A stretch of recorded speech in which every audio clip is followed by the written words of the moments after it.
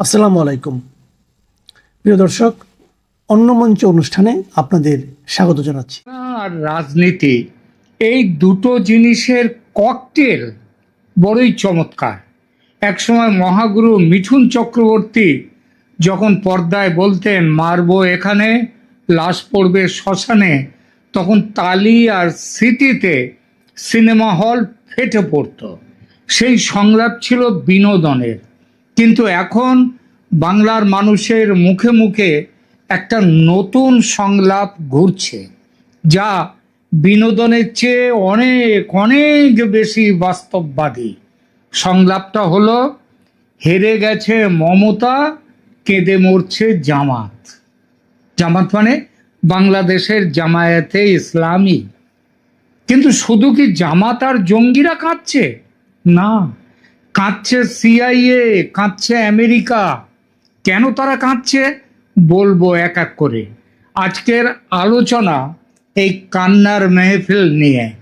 প্রথমে জামাত, তারপর আসবো সিআইএ প্রসঙ্গে।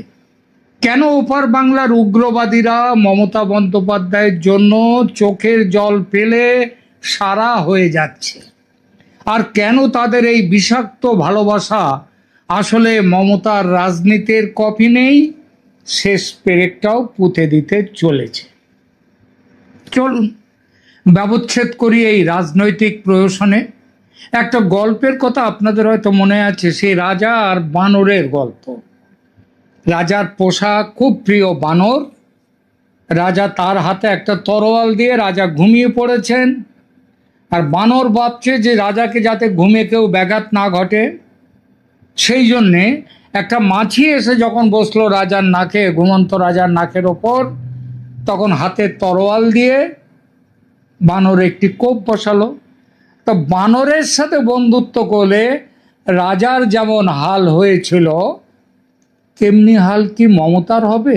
কারণ জামাতের এই প্রেম এবং সেই প্রেমের থেকে কান্না, কান্নার থেকে হুমকি, এই সবগুলোই মমতা ব্যানার্জির কফিনে পেরেক পুঁতে দিতে চলেছে। দেখুন, মমতা বন্দ্যোপাধ্যায়ের রাজনৈতিক অবস্থান, তার অনুপ্রবেশকারী বা ঘুষপেটিয়া প্রেম এবং বিভিন্ন সময়ে তার লাগাতার ভারত বিরোধী মন্তব্য, যেমন ভারতের সেনা বিরোধী মন্তব্য, বাংলাদেশের মোল্লাতন্ত্রের সঙ্গে মমতাকে এক প্রেমের সম্পর্কে জড়িয়ে নিয়েছে। খেয়াল করলে দেখবেন, মুখ পাতলা এবং আবোল তাবোল বক্তব্য রাখতে যে মমতার জুড়ি নেই, তিনি কিন্তু কোনোদিন মুখ ফসকেও কখনো ইসলাম সম্পর্কে, কোরআন সম্পর্কে একটাও আলগা কথা বলেননি, কোনোদিন বলেননি। দেখুন, ভুলভাল সরস্বতী পুজোর মন্ত্র তিনি আওড়েছেন, সেই নিয়ে নতুন করে তো কিছু বলার নেই, সবাই জানে। ভগবান বিষ্ণুকে তিনি বিষ্ণু মাতা বলেছেন। নন্দীগ্রামের মঞ্চে চণ্ডীপাঠ করতে গিয়ে দিশজয়ী না বলে তিনি দিশই বলেছেন। বিকৃত মন্ত্র উচ্চারণ করেছেন। মতুয়াদের আরাধ্য গুরুচাঁদ ঠাকুরকে গরুচাঁদ বলেছেন। হিন্দু ধর্মশাস্ত্রের 12টা বাজিয়ে পিতৃপক্ষে দেবী দুর্গার আবাহন করেছেন, চক্ষুদান করেছেন। চক্ষুদান শব্দটার একটা অর্থ কিন্তু চুরি করা। জানো তো, এখন চক্ষুদান মানে মানুষ ভাবেন যেন যে ওই মৃত্যুর আগে, মরণোত্তর তিনি একটা মৃত্যুর আগে তিনি বলে যান যে তার চক্ষু দান করে যান, সেইটাকে চক্ষুদান বলা হয় এখন। এটা তো এখনকার, কিন্তু আমরা ছেলেবেলায় চক্ষুদান মানে জানতাম, চক্ষুদান মানে চুরি করা, মানে চোখের আড়াল থেকে জিনিস সরিয়ে নেওয়া। তো মমতা হয়তো মনে করেছেন হিন্দু ধর্মটা চুরি করে, মানে চক্ষুদান করে তিনি যা খুশি করতে পারেন। আমরা এটা নিয়ে মজা করি, মোল্লাতন্ত্রও কিন্তু এটা নিয়ে মজা করে, তবে একটু আলাদা রকমের। আমরা হাসি মজা করে মমতার এইসব ধর্ম নিয়ে বিদ্যা বুদ্ধি দেখে। আর মোল্লারা কি বলে, দেখো মমতা দিদি কেমন সুন্দর কইরা পুঁটকি মারতেছে হিন্দু ধর্মের পুঁটকি মারতেছে। আমরা মজা করি বলে এসবের তুলনায় মমতার আরো ভয়ঙ্কর এবং অপমানকর একটি বক্তব্য নিয়ে কিন্তু আমরা কথা বলি না এখনো অবধি। জানেন, এটা হয়তো অনেকে জানেনও না মমতা এমন কথা বলেছেন, যদিও সেটা নিয়েই সবচেয়ে বেশি সমালোচনা হওয়া উচিত ছিল। ব্যাপারটা কি জানেন, 2025 সালের গত বছরের কলকাতার রেড রোডে ঈদ আল ফিতরের নামাজের একটি অনুষ্ঠানে বক্তব্য দেওয়ার সময় মমতা বন্দ্যোপাধ্যায় বিজেপিকে আক্রমণ করতে গিয়ে কি বলেন জানেন? আই ডোন্ট সাপোর্ট দ্য নোংরা ধর্ম, মানে গন্দা ধর্ম which this জুমলা পার্টি had created। বুঝলেন? আবার বলছি কি বলেছিলেন 2025 গত বছর কোথায়?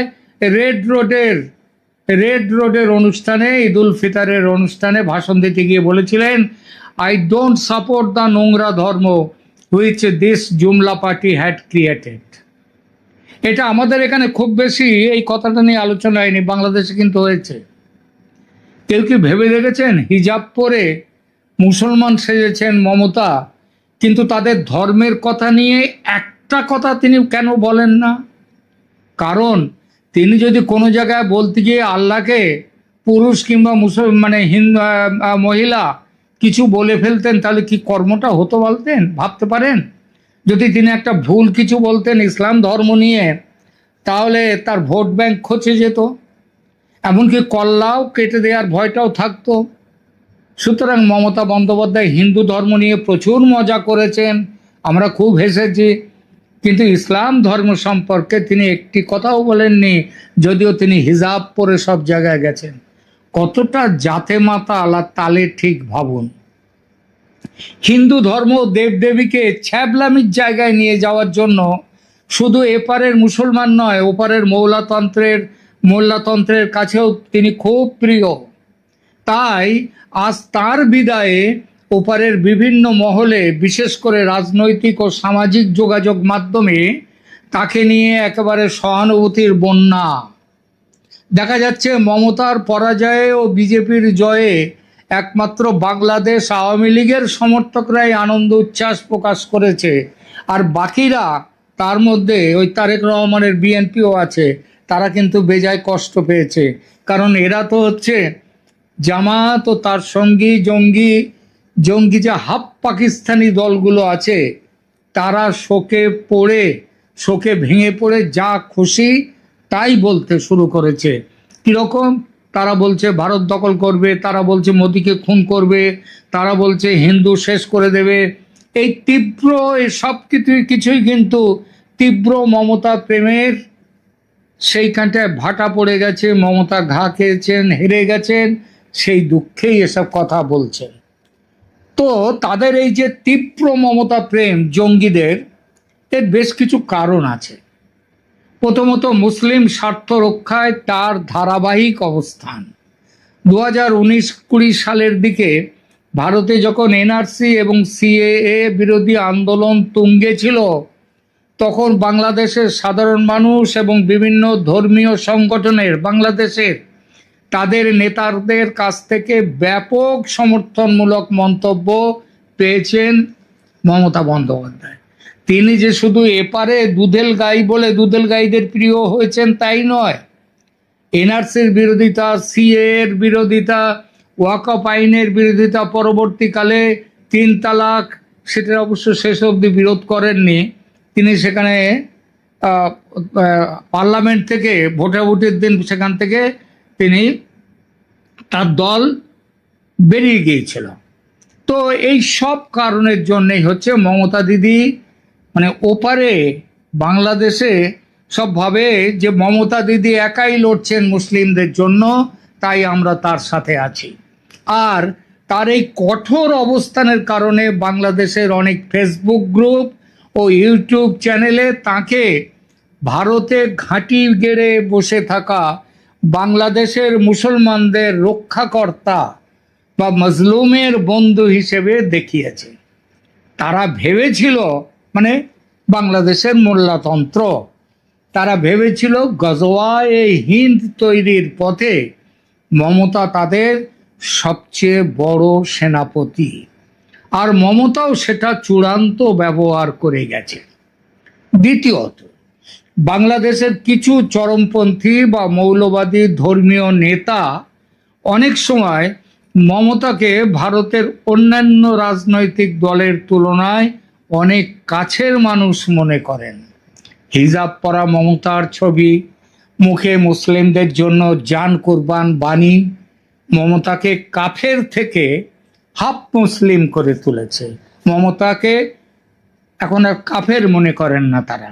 মনে রাখবেন, ভারতে মুসলমান প্রেমী অমুসলিম রাজনৈতিক নেত্রী আরও অনেকেই আছেন, কিন্তু তাদের মধ্যে একজনকেও পাবেন না যিনি মমতার মতো হিজাব পরে যাত্রা দলের মমতা বানু সাজেন।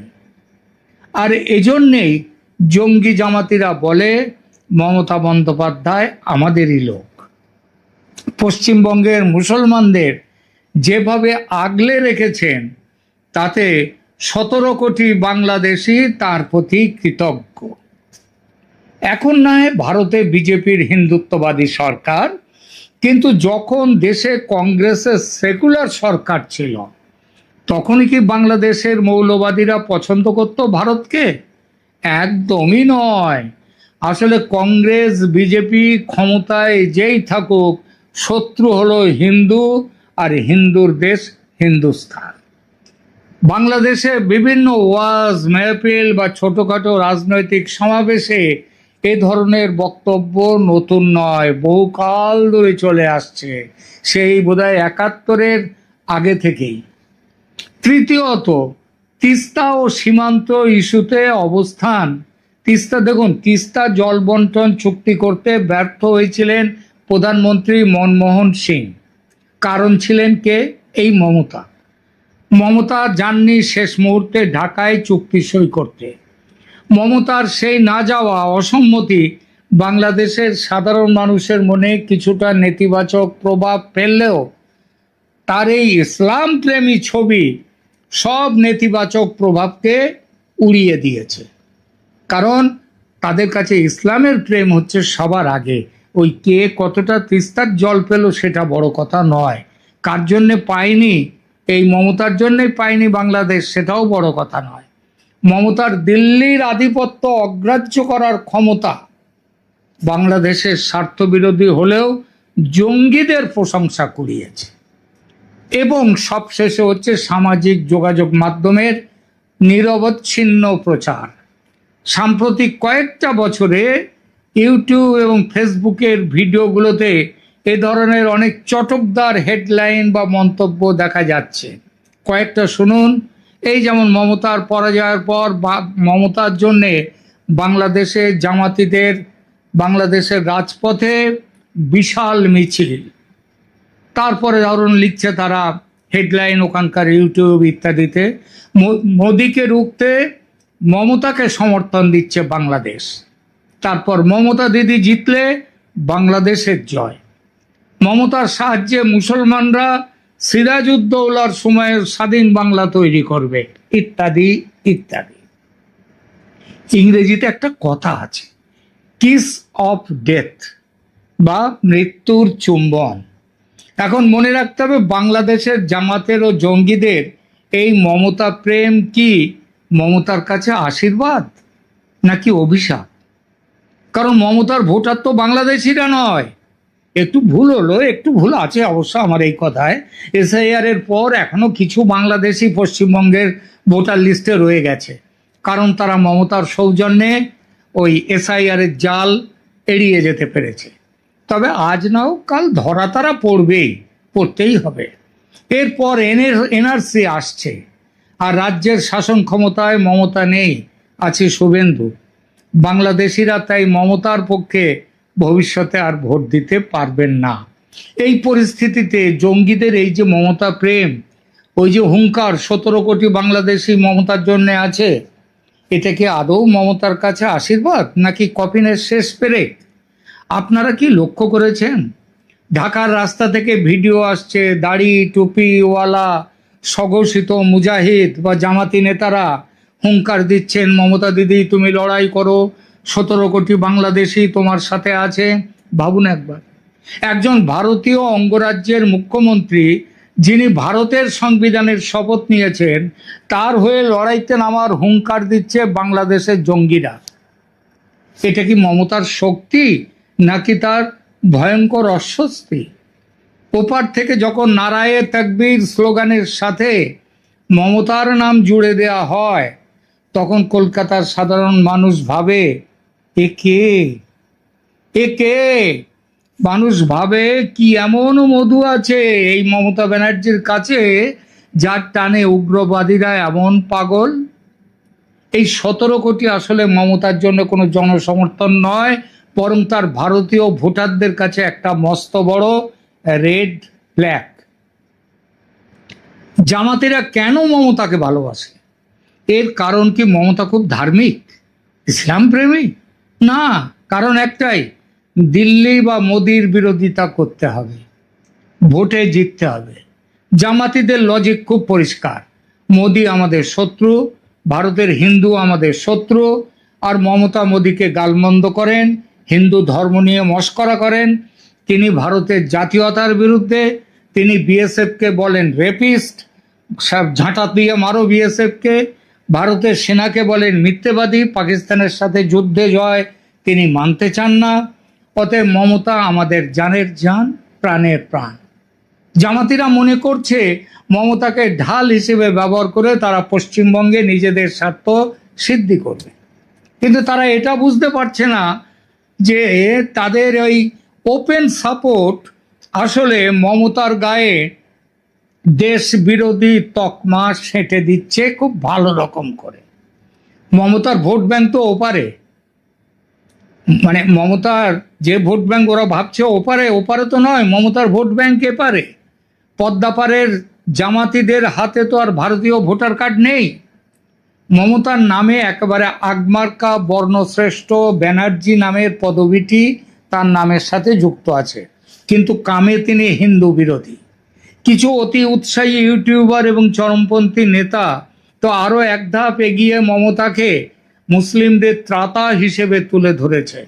এই যে চিত্রায়ন, মমতা বন্দ্যোপাধ্যায় মানেই এক বিশেষ সম্প্রদায়ের স্বার্থ রক্ষাকারী, এটি পশ্চিমবঙ্গের হিন্দু ভোটারদের মধ্যে এক গভীর মেরুকরণ তৈরি করেছে, আর 26-এর নির্বাচনে হয়েছে তারই প্রতিফলন। এরকম চলতে থাকলে 2029-এর লোকসভা নির্বাচনে 29 আসন থেকে শূন্যে চলে যাবে তার দল, লিখে নেবেন। জামাতিরা বাংলাদেশে বসে যখন বলে মমতা না থাকলে মুসলিমদের কি হতো, তখন পশ্চিমবঙ্গের সাধারণ শান্তিপ্রিয় হিন্দু জনগোষ্ঠী মানুষ ভাবে বটে, তবে থাকো তুমি তোমার দুধেল গাইদের নিয়ে, আমরা নেই তোমার সঙ্গে। ব্যাস, ধর্মীয় মেরুকরণ অমনি চূড়ান্ত। এই মেরুকরণের সরাসরি ফায়দা কিন্তু চলে যাবে হিন্দুত্ববাদী দলের ঝুলিতে। অর্থাৎ জামাতিরা যত বেশি কান্নাকাটি করছে, ততই মমতার পায়ের তলা থেকে মাটি সরে যাচ্ছে, আর বিজেপির মাটি শক্ত হচ্ছে এবং আরও শক্ত হবে। আবার ঘুরে ফিরে সেই কিস অফ ডেথ। জামাতিদের এই ভালোবাসা হচ্ছে সেই মরণ চুম্বন। বাংলাদেশের উগ্রবাদীরা যখন বলে তারা মমতার হয়ে লড়াই করবে, তখন ভারতের জাতীয় নিরাপত্তা সংস্থাগুলোর কান খাড়া হয়, আর ভোটারদের মনে সংশয় জাগে, পশ্চিমবঙ্গ কি তবে জঙ্গিবাদের চারণভূমি হতে চলেছে সৌজন্যে মমতা ব্যানার্জি? মমতা বন্দ্যোপাধ্যায় হয়তো ভাবছেন তিনি সীমান্ত পেরিয়ে জনপ্রিয়তা পাচ্ছেন, কিন্তু আদতে তিনি এক গভীর ফাঁদে পা দিয়েছেন। যে মুহূর্তে বিদেশি মৌলবাদীরা কোনো ভারতীয় নেতার সমর্থক হয়ে দাঁড়ায়, সেই নেতার রাজনৈতিক বিশ্বাসযোগ্যতা তাসের ঘরের মতো ভেঙে পড়ে। জঙ্গি মমতা বা জামাত প্রেম নিয়ে অনেক কথা হলো, এবার একটু সিআইএ মমতা প্রেম নিয়ে দু কথা বলি। আমেরিকা চায় সারা পৃথিবীর দেশে দেশে তাদের সমর্থক পুতুল সরকার তৈরি হোক। পুতুলের প্রথম ধর্ম কি? সে নিজে নাচে না, তাকে অন্য কেউ নাচায়। পুতুলের টিকি বাঁধা সুতো থাকে এই পুতুল নাচান যিনি তার হাতে। এরকম পুতুল হতে গেলে প্রথম প্রয়োজন জাতীয়তাবাদ ভুলে যাওয়া। বিশ্বের দেশে দেশে আমেরিকার যেসব পুতুল বসে আছে তাদের দিকে তাকান, বুঝতে পারবেন শেখ হাসিনা পুতুল হতে চাননি, তাই তার পতন ঘটিয়েছে আমেরিকা। তারপর থেকে সেখানে বসে আছে পুতুল সরকার। আমেরিকার টার্গেট আছে ভারতেও। বহু চেষ্টা হয়েছে বিজেপি ও মোদিকে হটানোর। কৃষক আন্দোলন, সিএ ও এনআরসি, 3 তালাক বন্ধ আইন, ওয়াকফ আইনের বিরুদ্ধে জোরদার আন্দোলনের সুবিধা, এসব আন্দোলনের সুবিধা হয়নি। তবে এই সমস্ত আন্দোলনে মমতা বিজেপি বিরোধী শক্তির পুরোভাগে। বাংলাদেশে হাসিনা সরকারের পতনে জামাত ও জঙ্গিদের সঙ্গে শুরু থেকেই আঁতাত ছিল মমতার, সেসব খবর এখন বেরিয়ে আসছে। এই যে বাংলাদেশের ভারতের সাথে সীমান্ত, পশ্চিমবঙ্গের সাথে সীমান্ত এলাকাগুলিতে জামাত এবং জঙ্গিদের এত বড় ফল হয়েছে, ভালো ফল হয়েছে, তার অর্থায়ন, তার সাপোর্ট কিন্তু এপার থেকে মমতা বন্দ্যোপাধ্যায়ের মারফত চলে গেছে বলে গোয়েন্দা সূত্রে খবর এসছে। এই সব কিছুই কিন্তু আঁতাত, এই যে সব আঁতাত, এই যে সব কাজকর্ম, এটা সবই হচ্ছে আমেরিকার প্রেসক্রিপশন মোতাবেক। আফগানিস্তানের তালেবান শাসন নিয়ে আসার কারিগর কে ছিল? এই আমেরিকা। ইরানের রেজা শাহ পাহলভির পতন ঘটিয়ে ইসলামী প্রজাতন্ত্র নিয়ে এসেছিল কে? এই আমেরিকা। স্বার্থ সিদ্ধির জন্য মৌলবাদী শক্তিকে ব্যবহার করা আমেরিকা যুক্তরাষ্ট্রের বহু পুরনো ছক। জামাতের সঙ্গে মমতার প্রণয় এই ছক থেকেই তৈরি। এর জন্য সিআইএর কাছ থেকে কত হাজার কোটি টাকা পেয়েছেন মমতা, সেটাও কেন্দ্রীয় সরকারের তদন্তে এসে আসছে। এমনটা ভাববেন না কেউ যে সিবিআই বা ইডি শুধু বালি আর কয়লা পাচার কাণ্ডের তদন্ত করছে। তাদের তদন্তের মধ্যে ইতিমধ্যেই এসে গেছে বিদেশি ব্যাংকে মমতার দলের ও পরিবারের লোকদের বিপুল পরিমাণ গচ্ছিত টাকার উৎস কোথায়। শেষ করি আলোচনা। জামাতিরা ভাবতে শুরু করেছিল গজওয়ায়ে হিন্দ না হয় কিছু পরে আসবে, বাংলায় তো আগে এসে, বাংলা তো মানে পশ্চিম বাংলাটা তো আগে এসে যাক হাতে। মুসলিম ভোট একমুখী, কিন্তু বাঙালি হিন্দুরা সূর্যের 7 ঘোড়ার মতো, সবার মুখ আলাদা দিকে। অতএব মুঠো এলো বলে দুই বাংলা মিলিয়ে বৃহত্তর ইসলামিক বাংলাদেশ গঠন। দারুণ এগোচ্ছিল প্ল্যান, ভেস্তে দিল বিজেপি। সেনাপতি শুভেন্দু কুপকাত করে দিল মমতা ব্যানার্জিকে। বাঙালি হিন্দু যে গোবলয়ের মতো এত ধর্মান্ধ হয়ে যাবে হিসেবের মধ্যে ছিল না কারো। বোঝা যাচ্ছে কমিউনিস্টরা 34 বছরে কাজের কাজ কিছু করেনি। 26-এর ভোটের আগে কমিউনিস্টদের কিঞ্চিত ডোজ দিয়েছিল মোল্লারা, মমতার পক্ষে দাঁড়াও নইলে মুসলমান ভোটের কথা, ভবিষ্যতের কথাও ছেড়ে দাও, সুতরাং মমতার পক্ষে দাঁড়াও, বিজেপিকে রুখে দাও। সেই টনিক পেয়ে no vote to BJP slogan তুলেছিল বামেরা, কাজ হয়নি। তাই দুঃখে কাতর বাংলাদেশের মোল্লাতন্ত্র নিজেই নেমে পড়েছে রাস্তায়, হুঙ্কার দিচ্ছে 17 কোটি বাংলাদেশি, দিদি তুমি এগিয়ে চলো, আমরা তোমার পাশে আছি। দিদির আমলে এই হুঙ্কারে ভয় পেত রাজ্যের হিন্দুরা, কারণ বর্ণব্রাহ্মণ মুখ্যমন্ত্রী যখন বলেন আমি আছি বলে এবং ওদের আটকে রেখেছি বলে তোমরা বেঁচে আছো, মানে হিন্দুরা বেঁচে আছো, না হলে 2 মিনিটে শেষ হয়ে যেতে তোমরা। সেই মমতার পতন হয়েছে নির্বাচনে, আর নির্বাচনে মমতার পতনের ফলে কেটেছে হিন্দুদের ভয়। যখন স্লোগান ওঠে হেরে গেল মমতা, কেঁদে মরছে জামাতিরা, তখন বুঝতে হবে বাংলার মানুষ বুঝে গেছে কার সুতো কোথায় বাঁধা। জামাতিদের এই কান্নাকাটি আসলে মমতার ধর্মনিরপেক্ষ রাজনীতির মুখোশটা ছিঁড়ে দিয়েছে। তারা মমতাকে সমর্থনের নামে আসলে তাকে রাজনৈতিকভাবে নিঃশেষ করে দিচ্ছে। মমতা বন্দ্যোপাধ্যায় হয়তো এই সমর্থন উপভোগ করছেন বা চুপচাপ দেখছেন। কেন বলছে কথা? কারণ তিনি কিন্তু বাংলাদেশের জঙ্গিদের বিরুদ্ধে কখনো মুখ খোলেন না। বাংলাদেশে হিন্দু খুন হলে তিনি নীরব। চিন্ময় প্রভুর মুক্তি নিয়ে তিনি আজ অবধি একটি কথাও বলেননি।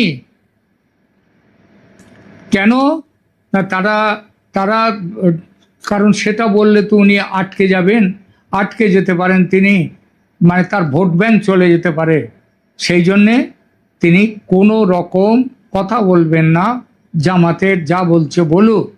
তার মানে দেখালো কি, মিঠুন চক্রবর্তী সেই ডায়লগটার মতো মাঠটা এবার ভোটাররা ইভিএম এ মারছে, আর রাজনৈতিক লাশটা পড়ছে মমতার সাজানো গদির ওপর। আর ওপারে জামাতিরা তো কাঁদবেই, কারণ তাদের শেষ আশ্রয় মমতা এখন ভাঙাগড়ার খেলায় বিপন্ন। বৃহত্তর ইসলামিক বাংলাদেশ গঠনের জঙ্গি স্বপ্ন যা মমতার কল্যাণে রূপ নিতে চলেছিল, সেই স্বপ্ন কবরে চলে যাওয়াতে জঙ্গিদের হতাশার শেষ নেই। হতাশা থেকে হুমকি, সেই হুমকি শুনে এখন ভারতে অবশ্য কেউ ভয় পাচ্ছে না, হাসছে। প্রিয় দর্শক, আপনারা কি মনে করছেন কমেন্ট করে জানান।